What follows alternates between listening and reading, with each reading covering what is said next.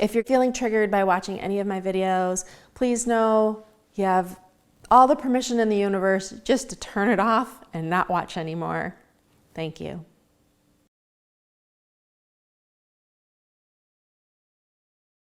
So if you've stayed with me for all the information, it's hopefully been useful to you. You've got a good understanding. We're all on the same page. Now let's really talk about prevention. I think that's what we all really want to know. How are we going to protect our kids? How are we going to protect our vulnerable people, vulnerable adults, vulnerable children? So obviously, we're going to start with background checks. You might get lucky. You might get a hit, okay? Absolutely. If nothing else, doing a background check is going to tell anybody who is working for your organization, you care, you're alert, you're on guard, this matters to your organization, and you're going to start with background checks. They're not expensive. They're the easiest way to just put your message out there that, hey, this isn't going to happen on our watch.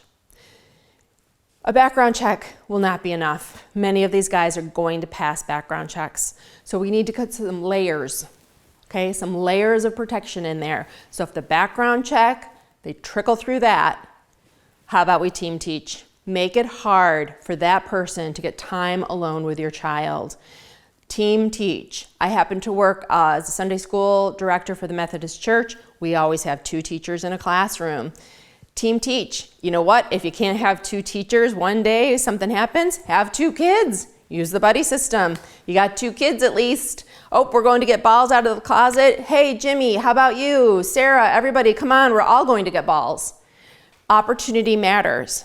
They need time alone with your little one to do whatever they want to do. Make sure they don't get it. 2 teachers, make sure the teachers aren't related. They don't live in the same household. But team teach. Or if for some reason you don't have 2 teachers handy, grab 2 kids. Buddy system. Encourage your kids to use the buddy system, okay? Encourage parents to watch through windows, indoors, leave the doors open, put windows indoors. Yeah, I know it can be expensive. We don't want to replace the doors. We don't want to buy a new door that has a window in it. Well, you really don't want some little kid to get hurt when they're just there for Cub Scout meetings. You really don't want that. Buy a door with a window in it. Encourage parents to watch. Put some chairs in there. Encourage parents to join in and help with the crafts. Trust me, if they don't have time alone with kids, they will go somewhere else. Training. Train anyone working with children on how to identify predators and how to identify sexual abuse. What are some of the indicators of abuse? Make sure that they've at least had some training or they know what to do if they suspect things. We're going to get to that. Please be careful. Don't just accuse people. This is a tough topic. You could devastate somebody's life. Make it your policy to use the buddy system. I would always say have at least 2 kids. And that way you're not freaking your kids out, but you're starting to get the kids the idea of they don't want to be alone with an adult. They might feel uncomfortable. Don't let kids drive in cars alone. They should always have at least another kid or 2 adults and a child, something like that. It's just, these are just layers, okay?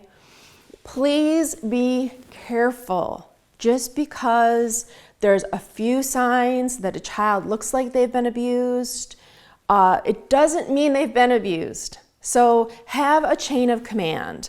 If there's an organization director, if you suspect a few things, have it be that the teacher has to go to the director or we have a meeting about it first. Don't just go off accusing people. There are things, kids could be suddenly quiet, they could get withdrawn, they could be drawing pictures that are kind of creepy or really dark.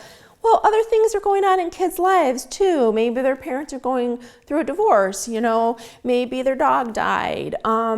Maybe they're being picked on at school. I mean, there's other reasons kids might have 1 or 2 indicators that something traumatic has happened to them.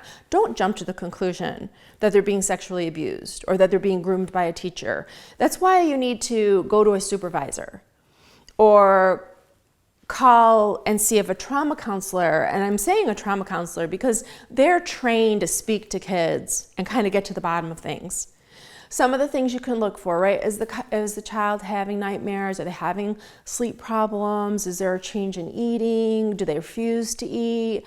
There's things like this going on, but again, I know another one that creeps people out when I say it, and my things, if they have trouble swallowing, because that might indicate oral sex, something like that. Mood swings, rage or fear or insecurity or feeling withdrawn. Leaving clues, or they want to suddenly talk about sexual things. Kids don't generally just pipe up with sexual topics around their parents. So if they're suddenly wanting to talk about sex, or they're having drawings about sex, or frightening images about sex, or a fear of certain people. I mentioned in one of my earlier segments about a girl who had been babysat by a neighbor for a couple years, but then didn't want to go to his house. Ding, ding, ding, that should be a huge alarm bell. Sometimes it's a family member. Grandpa watches the kids, it's been fine. Suddenly, the kid is afraid of grandpa and doesn't want to go to grandpa's house. Grandpa may not perpetrate until age 13. Grandpa may have been completely safe, and suddenly grandpa's not safe anymore.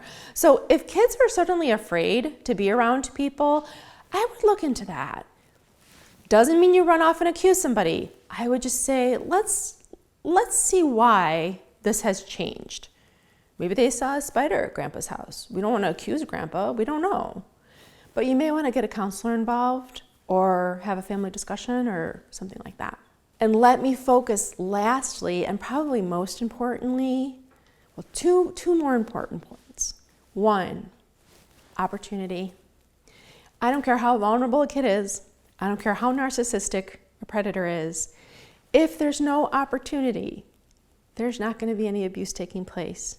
That's why you put these layers in place. Be mindful of the opportunity in your organization. Does somebody have a chance to be alone with a kid?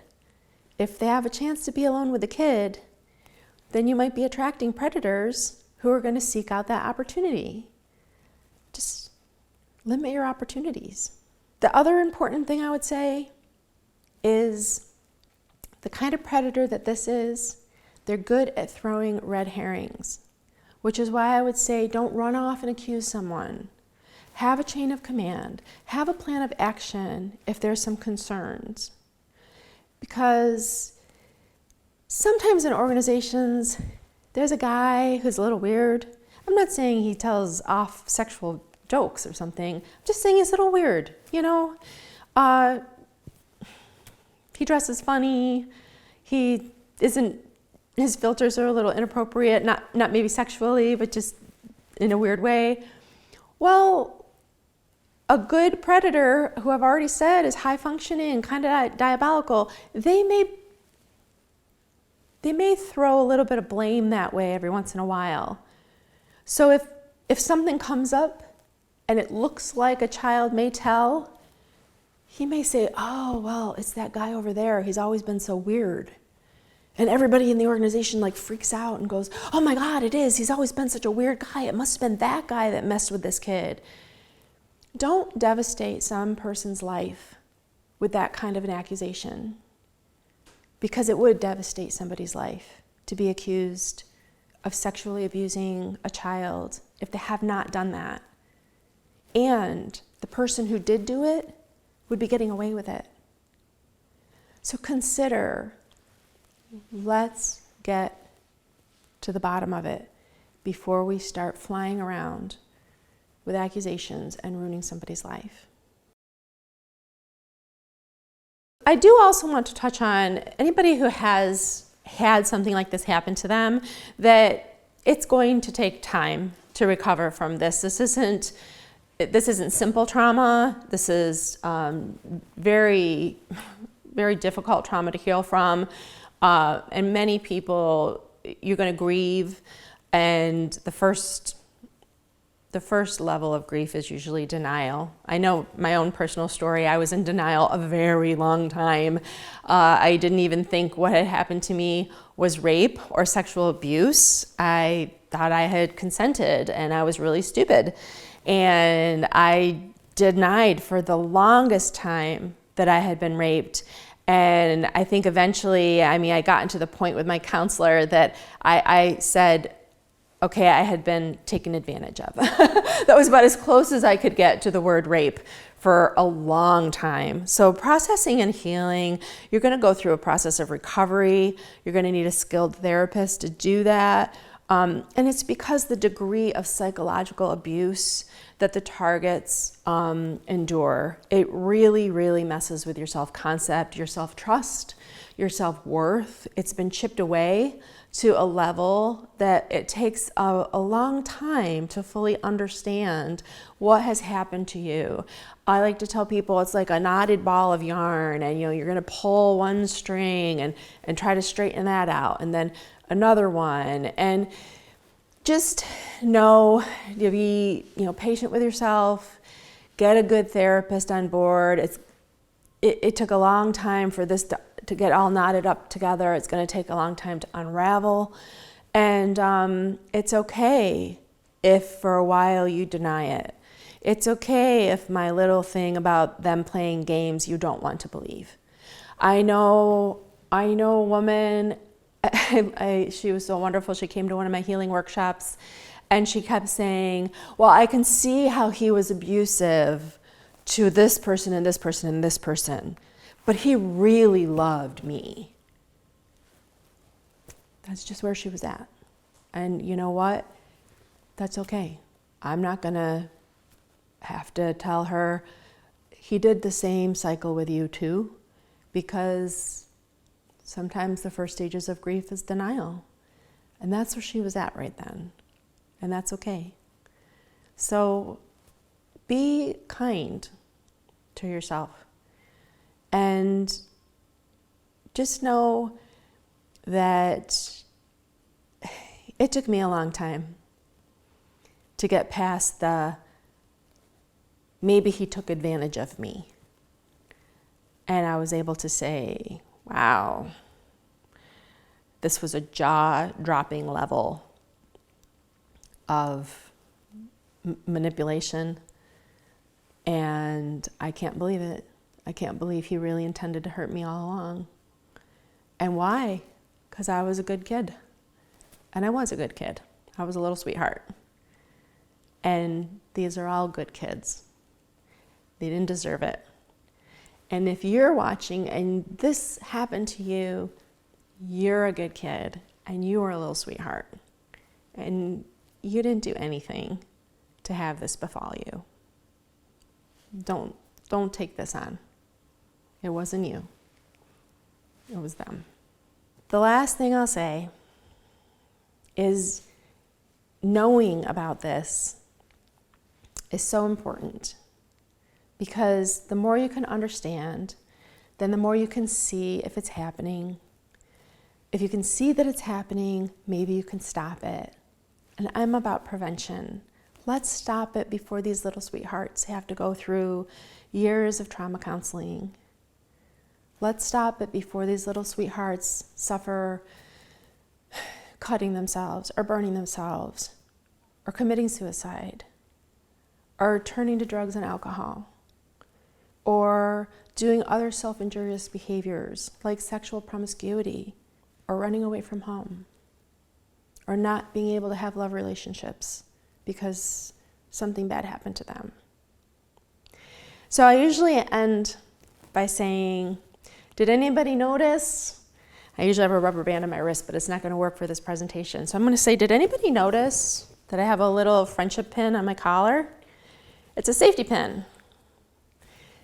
Some people know what a safety pin means. It has a meaning in the world. It means that I align with people who have been victims of racism or homophobia. But if you didn't know that or you didn't see it, you would have no idea why I have a safety pin clipped to my collar. And that's how good these guys are. They hide in plain sight, but they're really hard to see. But if you see them, you may not even know what they're doing, because they're that good at hiding in plain sight and even doing things in plain sight. But if you see them and you know what they're up to, I think you might have a chance of keeping some of our little ones safe and keeping your organization safe. Thank you so much for your time. If you want to contact me directly, go to ambergregoryauthor.com and leave me a message.